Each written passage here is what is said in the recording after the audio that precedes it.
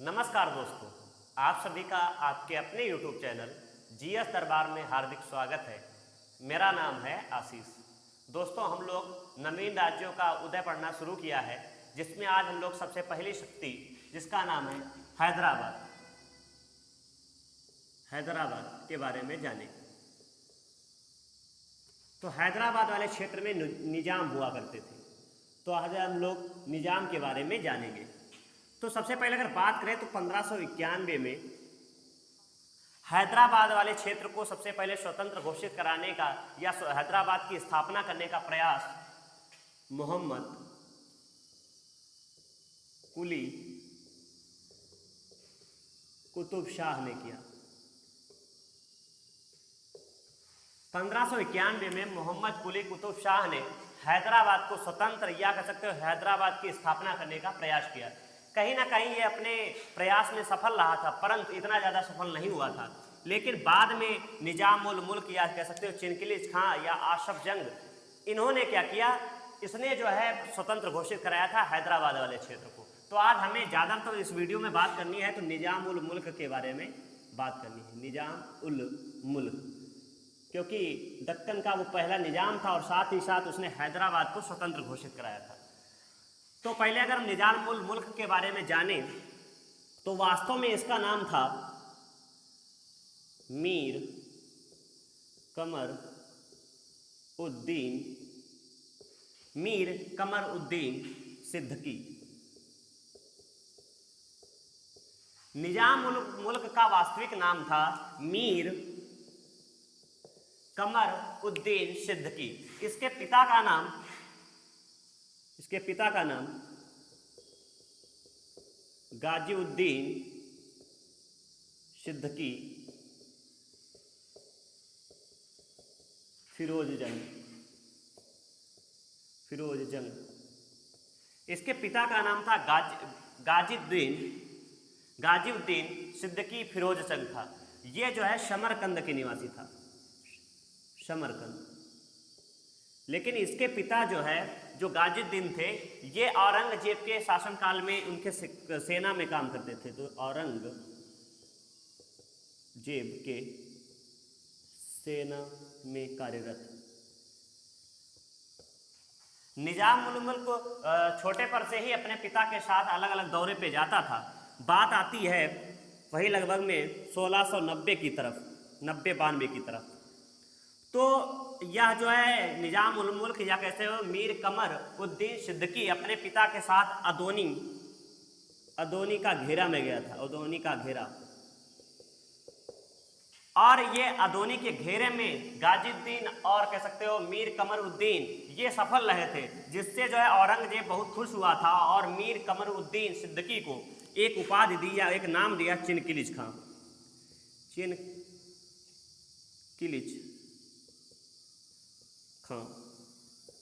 देखो, ज़्यादातर जो निजाम उल मुल्क है उनका नाम देखने को मिलता है चिनकिलिज खां, क्योंकि इनका प्रारंभिक नाम यही था। क्यों इसका नाम पूछा जाएगा कि चिनकिलिज खां नाम किसने दिया था, तो औरंगजेब ने दिया था। औरंगजेब ने किस घेरे के बाद, तो अदोनी घेरे के बाद। अब क्या होता है, अगर इसके नाम की और बात करें तो एक नाम और मिलता है निजाम उल मुल्क। तो ये अगर पूछा जाए कि नाम किसने दिया था, तो फर्रुख शियर ने। क्यों दिया था, तो फर्रुख शियर ने इसे दक्षिण के 6 सूबों का सूबेदार बनाया था और इसने जो है आगे चलकर जो ये तुम्हारे सैयद बंधु थी उनकी हत्या करवाई थी, इसलिए फर्रुख शियर ने खुश होकर निजाम उल मुल्क की उपाधि दी थी। इसके अलावा एक उपाधि और दी गई थी इसे आसफ जाह। तो आसफ जाह की उपाधि दी थी मोहम्मद शाह रंगीला ने। इस प्रकार से मोहम्मद शाह रंगीला माफी चाहेंगे चिनकिलिज खां को चिनकिलिज खां बोला जाता है, निजाम उल मुल्क बोला जाता है, आसफ जाह बोला जाता है। लेकिन वास्तव में इसका नाम क्या था, तो इसका वास्तव में नाम था मीर कमर उद्दीन सिद्दीकी। कहाँ का निवासी थे, तो समरकंद के निवासी थे। इनके पिता का नाम गाजीउद्दीन सिद्दीकी फिरोज जंग थे, जो औरंगजेब के सेना में काम करते थे। एक बार इनके पिता और ये अदोनी का घेरे में सफल हो गए, जिसके चलते औरंगजेब ने इसे चिनकिलिज खां की उपाधि दी। उसके बाद में थोड़े ही देर बाद फर्रुखशियर का जब शासनकाल आता है तो उसे उसने निजामुल मुल्क की उपाधि दी। एक और उपाधि दी थी खान खाना की, तो आप खान खाना भी लिख सकते हैं, खान खाना, खान खाना की उपाधि दी या और निजामुल मुल्क की उपाधि दी। और इसके बाद में जब मोहम्मद शाह रंगीला का कार्यकाल आया तो मोहम्मद शाह रंगीला ने इसे आसफ जाह की उपाधि दी थी। तो इस तरीके से निजामुल मुल्क के अन्य नाम हैं। आपको चिनकिलिज खां भी देखने को मिलेगा, निजामुल मुल्क भी देखने को मिलेगा, आसफ जाह भी मिलेगा और मीर कमर उद्दीन सिद्दीकी भी मिलेगा। तो आपको कंफ्यूज नहीं होना है, सब इसके नाम थे। अब हम लोग आगे बात करेंगे किस प्रकार से इसका कार्यकाल रहा और किस प्रकार से इसने हैदराबाद को स्वतंत्र राज्य घोषित किया था। ये शुरुआत से हमने बताया ना कि अपने पिता के साथ अलग अलग दौरे पे जाता था, जिसके चलते या जो है बहुत ही कह सकते हो शक्तिशाली होता जा रहा था और अपने पिता के साथ कई युद्ध भी लड़े थे अपने पिता के साथ मिलकर, जिससे कि ये बहुत ज़्यादा युद्ध में पारंगत हासिल कर ली थी। अब बात आती है फर्रुखशियर ने इसे 1713 में दक्षिण के शाह सूबों का सूबेदार नियुक्त किया।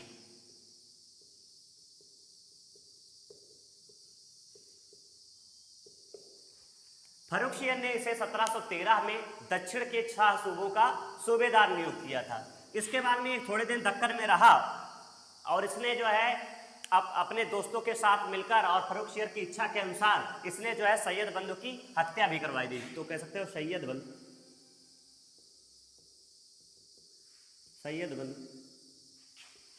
की हत्या के षड्यंत्र में शामिल।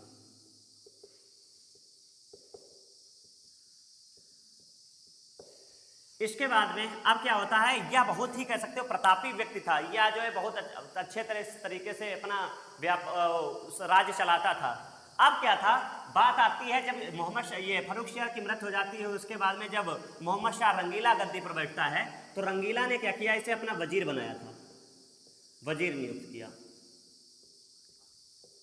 यह कुछ दिन वजीर रहा, लेकिन मोहम्मद शाह रंगीला की ऐसी गतिविधियों को देखकर यह बहुत ज़्यादा दुखी था और इसने क्या किया, अपना जो वजीर का पद था वो त्याग कर, अगर बात की जाए वजीर कब बना तो 1722 ईस्वी में बना था। किसका? मोहम्मद शाह रंगीला का। लेकिन 1723 में यह पुनः दक्कन चला गया। अब जब यह पुनः दक्कन चला गया तो ये बात बहुत बुरी लगी मोहम्मद शाह रंगीला को कि अरे मतलब है हमारे का अंडर में काम करते हैं, हम ही को छोड़कर चले गए। जिसके चलते मोहम्मद शाह रंगीला ने मुबारिज खां कौन था, तो दक्कन का, या दक्कन नहीं कह सकते, हैदराबाद का सूबेदार था। मुबारिज खां को भेजा कि जाओ और पता करो कि ये जो हमारा वजीर है कौन, निजामुल मुल्क, ये हमें छोड़कर चला क्यों गया है, पता लगाओ। तो मुबारिज खां जाते हैं और इसके साथ एक युद्ध लड़ते हैं। कौन सा? तो शूकर खेड़ा का युद्ध।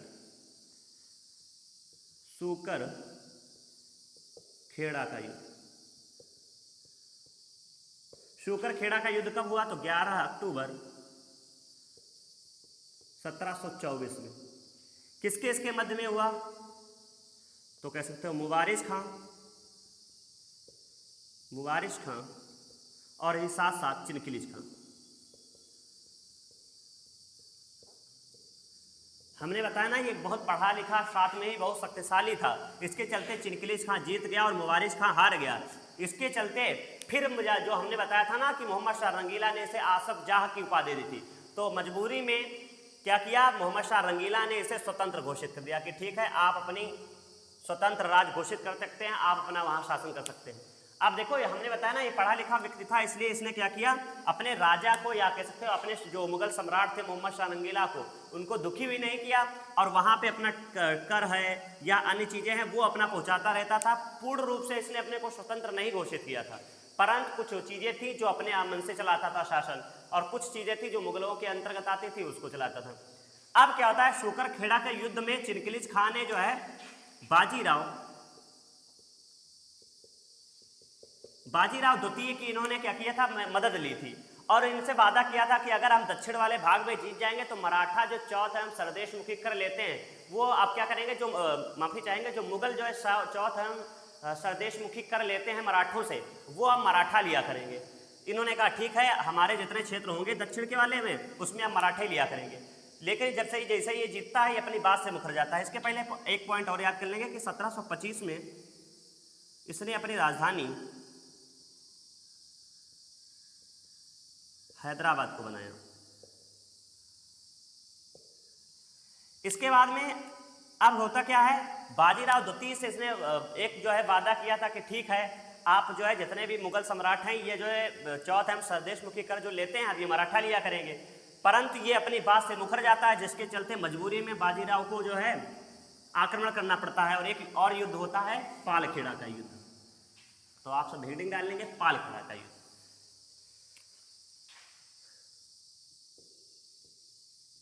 पालखेड़ा का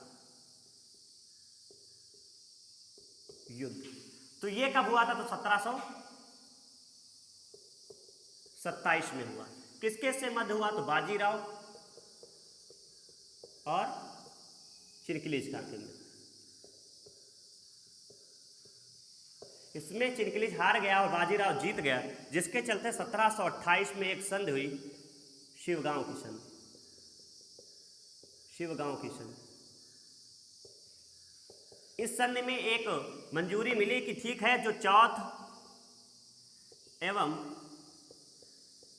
सरदेश मुखी कर है ये मराठा लेंगे। मतलब दक्षिण में जितने सूबे हैं उसमें जो है मुगल लोग जो है चौथ एवं सरदेश मुखी कर लेते थे, अब जो है मुगल नहीं लिया करेंगे, अब चौथ एवं सरदेश मुखी कर मराठा लिया करेंगे। अब ये चौथ एवं सरदेश मुखी कर क्या था, ये हम लोग जब मराठाओं के बारे में पढ़ेंगे तो वहां पे चर्चा करेंगे। अब क्या होता है, इस प्रकार से शासनकाल चल रहा था, परंतु 1748 में निजाम उल मुल्क की मृत्यु हो जाती है।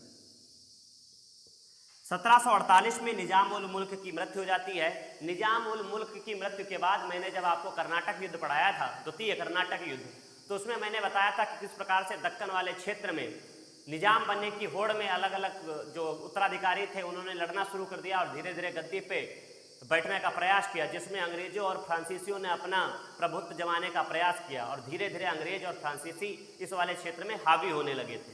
अब क्या होता है, बात आती है लगभग में 1798 की। 1798 में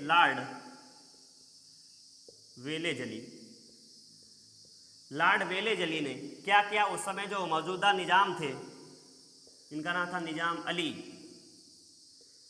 निजाम अली से एक साइन करवा लेते हैं, किस पे, सहायक संधि में।